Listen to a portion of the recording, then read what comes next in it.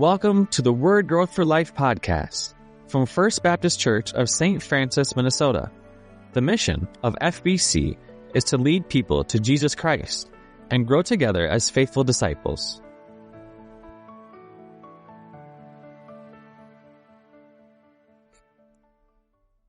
All right, we are back here, another episode on the Word Growth for Life podcast. I am with Pastor Bernie today, and we have a very interesting topic on our hands, which is sports and kind of what that entails, what it looks like. But I thought it'd be interesting. I know Pastor Bernie has a passion for sports, for young people in it as well. And so I thought it'd be cool to get his opinion. So Pastor Bernie, welcome on the pod. Thank you. Good to be here. Yeah, this will be fun. So talk to me, maybe just give me a brief history of sports kind of in your life. I know it plays a part in obviously your kids' lives as well. They play soccer, very good athletes.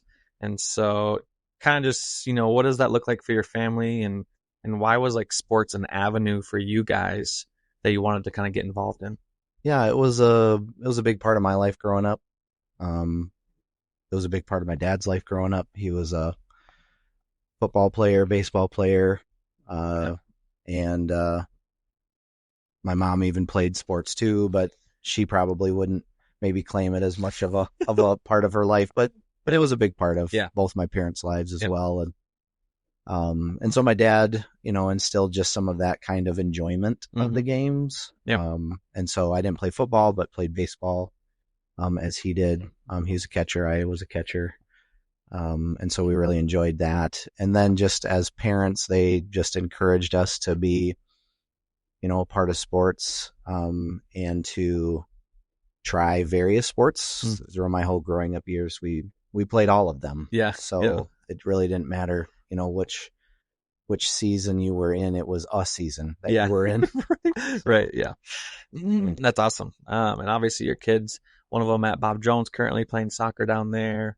You got to go visit him, maybe it was a week ago now, probably? We did. We went and got to watch he's in his senior year of soccer. So got to go watch him play for his senior night. Nice. That's awesome. Yep. So, and how are they doing now? Are they make it to nationals? Yeah, I think regionals are over, right? Yep. They won their region. Awesome. And they're actually going to be on the bus tomorrow morning headed nice. The national tournament. So. Awesome. That's great. Yep. So obviously sports playing a big life. It also played a big part in my life as well. But we had the opportunity to talk probably a couple months ago now. And I could just tell your passion for sports and how to use it to glorify Christ. But what do you think? Is there anything in the Bible that specifically talks about sports, or, what does the Bible have to say about sports? Yeah, the things that come, quickly to mind are the Apostle Paul uses it a lot for examples. Yeah. So then you try to think through a little bit of how did that context come about? Right. Is it because Paul believes that sports were good? Right. Or is it because he recognizes the culture that he was living in, elevated sports to a level that then he could use it to associate biblical thinking to it? So it appears, that it's at least used as illustrations and positively, as Paul, discusses the idea of even like what we would consider boxing today, right? Running the race. He uses a lot of analogies towards those current, kind of sports, whatever that exactly looked like back in those Bible times, right. But used a lot of analogies seeking, the prize. And so he uses a lot of analogies that way that he correlates with kingdom thinking or biblical thinking. And so exactly if he's like promoting it, you're kind of like, I don't know for sure, but is he using it very well to correlate godly thinking? I think it is clear that way. Right. Interesting. Sports growing up, I always thought that sports would bring out true character in a way. Right. When you're tested, in the heat of the battle, it may bring out your true character. Tell me maybe what are your thoughts on that? Do you find that to be accurate? Yeah. What's the phrase that they always say? Sports are a character revealer. Yeah. And so I do believe that that's a real thing. You watch people rise to competitions. You see people fall. to pressure. Mm-hmm. You see people, have a conflict with their teammates when Mm. things aren't going right. Right. Uh, I remember, and this isn't necessarily a perfect athletic analogy, but it was a PE analogy, and Sure. I was teaching that at one point in the years past, and one of my children was in the PE class, and I was running a sport with them and changing the rules along the way to try to Yeah. keep things PE fair, and Yeah. they just were not having it. They were so upset with me for doing that, and because they wanted to win so badly. Yeah. And so it was a good teaching opportunity in a context of just, like a PE class, Mm-hmm. but it was a sporting type event Right. where you could, like, all right, let's talk through this. Let's think Yeah. through this. Yeah. What's your real Yeah. motivation? Where's your heart at when it comes to other people? Yeah. And so I do Right. believe that it does reveal character. Yeah. But it can also build it, Mm. so there's Oh, ways that sure. it can help you, Right. to build up some good character too, I Right. think. Right. So, Yeah. I find it interesting, especially in the sports world and especially golf. It's so correlating. Like, I feel like the golf world, and I think any sport, but for me specifically, like the golf world and correlating it back to life experiences is like they go hand in hand. You know what I mean? And so, an example would be like when I'm playing golf or if I'm teaching kids. I remember I would teach kids how to play golf. I was a coach for them, and when I was coaching them, if they thought positively, the outcome of their round would be a lot better. Whereas if they were to go throughout the round and think about the negative effects that it had, if I missed this putt or if I hit a bad shot here or I hit one out of bounds there, and they're constantly thinking about those, typically the round gets kind of worse and worse as you go. right. Um, think positively, and all of a sudden it's kind of like the round starts to go better and better and better because you're focused on the positive things. How would you correlate that, to life itself? Yeah, I would completely agree. I have a poster in my office that says it's hard for you to hit the ball if you're always thinking of the ways that you'll miss it. And it's That's good. like, in a baseball analogy that way, but in life in Mm, general, yeah, when you have a negative view about something, mm, you believe that this project is too big, or you mm, believe that this, job is too, mundane, or you yeah. believe that there's no purpose in whatever it is exactly that you're doing, Mm, you're going to find it very difficult to redeem some of those opportunities that God might present to you, mm, and you're going to find it very hard to really continue. It's just going to be a little bit more of a drudgery. yeah. Right. Right. Depends on your outlook. So when we're talking about that, give me maybe just like a life experience or a memory that you have where you yourself, or maybe you involved with your kids, have used sports to glorify God. Yeah, we have been able to be a part of a few different missions trips. Hmm. Um, where as a player, I went to Germany for the World Cup, Hmm. and we were able to play in some communities. We did a barbecue after that community game, Hmm. invited the team and their, families, Hmm. and then had opportunities to share the gospel. And it was driven that way. It was through a Baptist mission Cool. thing. And then other things that we've done. So recently, even in our family, we went over to Puerto Rico and visited a Hmm. pastor friend and his wife. The wife's our friend from college, but Yeah. she married a pastor Sure. down there, and so we went down there and actually held a soccer camp Hmm. for them so that they could just help them to kind of reach into the community, Hmm. and then have a time of refreshments and talking to their parents Hmm. and Hmm. things like that. So, for us in our lifetime, there's been a number of different times where we've used either our team, so the Pillsbury soccer Hmm. team, or our family to engage in those ways. Hmm. We also use them on a daily basis. So my kids have played in community sports Hmm. over all the years, and I'm coaching usually, and Nicole's sitting on the sidelines, Hmm. or I'm sitting on the sidelines with Hmm. her, and it's just an opportunity to rub shoulders with people Yeah. and have conversations. Hmm. We have worked diligently, obviously not perfectly, Hmm. but diligently to keep any church function a priority. Yeah.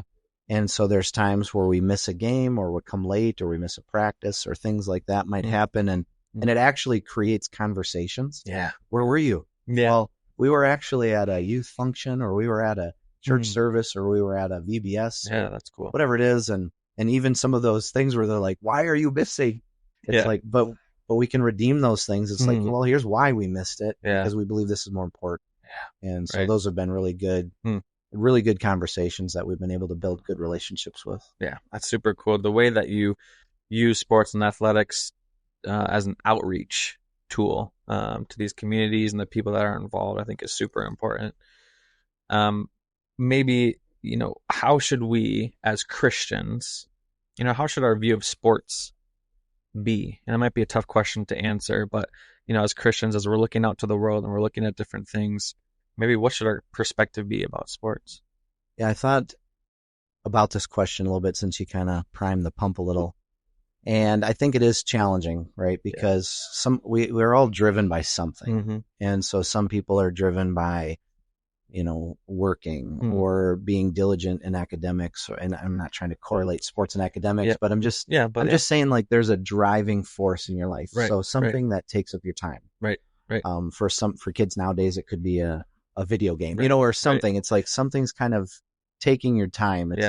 It's a hobby. It's something that you look at as something that you want to be a part of. Right. And in sports, I think that we as Christians, we can view sports as a good thing. We can also view sports as an idol. And I believe that would be true too. Yeah. It was very interesting. I went down to, as we mentioned, to visit Ryland for senior night, and the day before, so it would have been Friday, they did an all athlete chapel at Bob Jones. And so we went and listened in, and there's a fella who's actually become a good friend of Ryland's, and his boys have played sports at Bob Jones and good friends with Ryland as well. And he spoke. So Mr. Burke is his name, and he spoke on being a good follower. And it was really interesting because he said, we have this myth that you're either a good leader, or you're destined to be a good leader, or you're destined to just be a follower. And it's like, and a follower doesn't have it. Yeah. They're just a minion. They're just a person. Yeah. And they're nobody. They're just a follower. But then he said, let's go to the Bible, right? Yeah. And one of the main thrusts of, Matthew 16, John 12, I think, are the passages he used. But some of those key verses are, be a follower of me. Be a follower. Yeah. And so as we as Christians understand that concept, then there could be all sorts of things. Yeah. But sports could be one of them. Mm-hmm. You have a coach, and he's trying to instill a vision, a mission, perform this task in a certain way. And if you're trying to be a leader and buck that, well, then you're not a good follower, and you're not going to fulfill the mission. And so it was interesting that as he was correlating, it was like, so a good leader is actually a really good follower. Sure. Because a follower is somebody who has found the mission and stays on task. A leader then is somebody who takes that and then tries to help other people do the same. And it was like, wow, that's actually a really good thing. And we could use that in the church. Yeah, everywhere. An everyday Sunday thing, right? Yeah. It's like, hey, a good follower is somebody who is faithful and committed. And then a good leader in the church is somebody who's going to try to grab somebody else's hand and say, hey, let's do it together.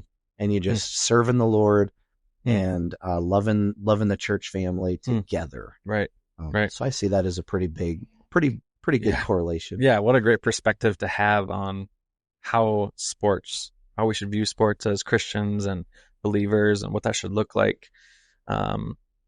Super interesting to hear that. I've never thought of that before. Like, we're called to follow Christ, and Christ is the leader. We follow him. And then in turn, though, we are also leaders trying to get other people to follow us because we're following Christ. It's just a big choo-choo train. Yeah. The one kind of big sports moment in my life, probably because of the movies, right? Yeah. But the miracle, so you've got, you've got this USA hockey team, Mm-hmm. and I just remember on the movie Mm. where he's trying to get this team to work together as a team. Yeah.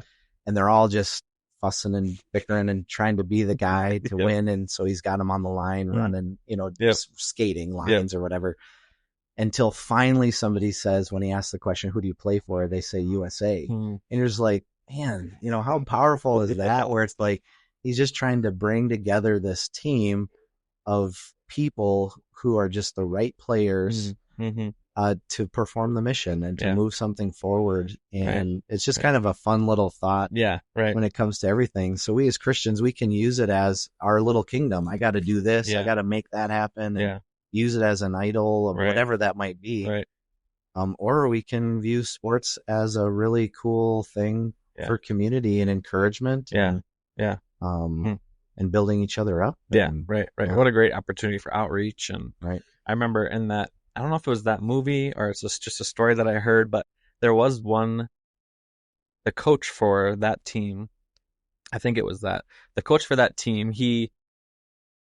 They got all the best hockey players together, and they told him to go pick out the best or the ones that he thought would work great with the team. Does this sound right? Yeah, exactly. It is. Yeah, and he's going through it, and you got all week to figure it out. They said you got all week to figure out who you want, and I think it might not be in the movie. It might be. I've actually never seen the movie.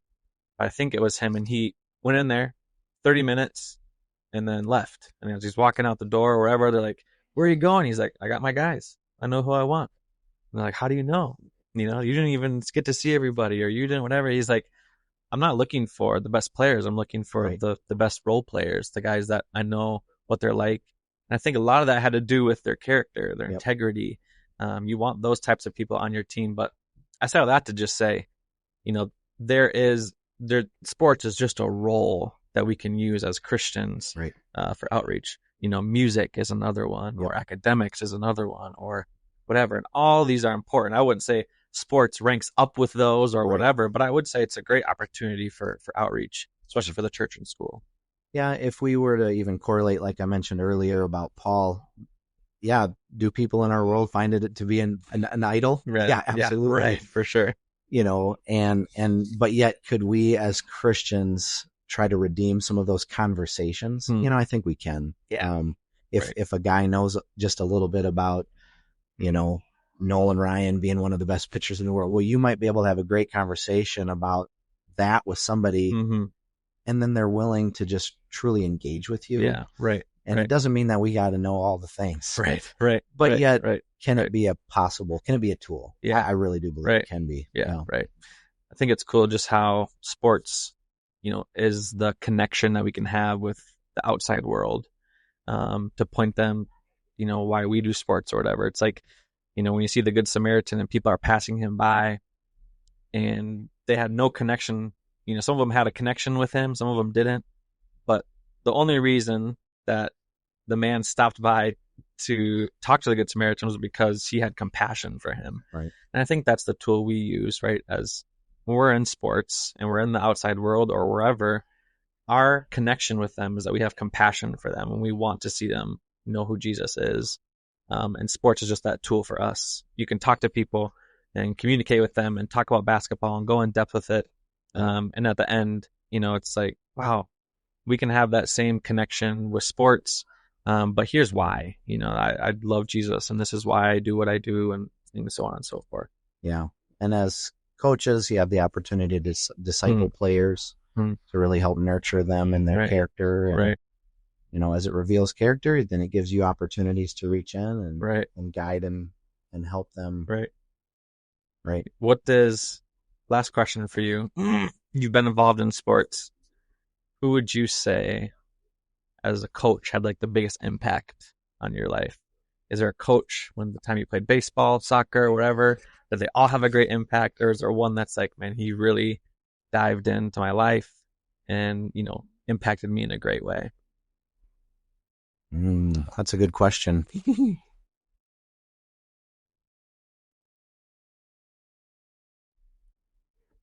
I guess I would have to just say my dad. Yeah. Because I've had a number of coaches. High school coaches had, a number of different coaches, college coaches. But one of the coaches that has kind of been a reoccurring Your coach Yeah. throughout all of Yeah. my life Yeah. has been my dad. Mm. And, as we talked about, passionate about doing well. He did a lot of things well. We were faithful to church. He had us helping people all the time. And so I got to see that part of him, but then also the sports part of him where it's like, let's do this well. And you could see that was, a big part of his life. And so him, and then being able to live in his home and just, had the opportunities to talk through the different games, talk through the different things to help, how did we make mistakes here, but how could we do better there? And so I would say as a consistency in my lifetime, my dad's been a great coach, over the years. Yeah, that's super cool. Yeah, it's awesome to hear that. And I think that's a recurring theme in a lot of people's lives is, if their dad was ever their coach, it's like, yeah, he was my favorite coach. Because he would be there at the games and he'd be your coach. And then after you get in the car, if he could turn over and be the dad, and you can talk to him about the game. And then it's just a really unique and cool relationship that maybe not a lot of people have. But if you do have it, it's pretty special. Yep. So, well, I appreciate your time diving into this topic of sports.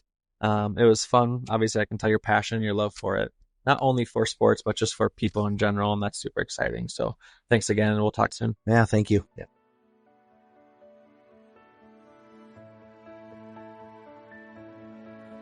Thanks for listening to the Word Growth for Life podcast from FBC St. Francis.